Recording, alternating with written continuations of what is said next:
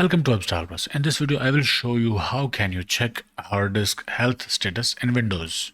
Hard disks expire after a certain amount of time, so they have a limited life. To check that, search Hard Disk Sentinel and go to their website. Download it. You can download XZ or portable version. After you have downloaded it, press Window key from keyboard and type Hard Disk Sentinel. Select Hard Disk Sentinel. After a few seconds, this dialog can be closed. Press Close button. And here are my hard drives.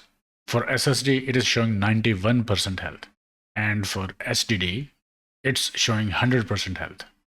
It also shows hard disk temperatures. There is another program called CrystalDiskInfo. Search CrystalDiskInfo and go to their website. Go to Download. Scroll down and download from here.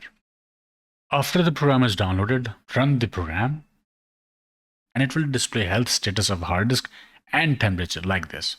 This is one hard drive, and if you press this next arrow icon, it will display health status for other hard drives.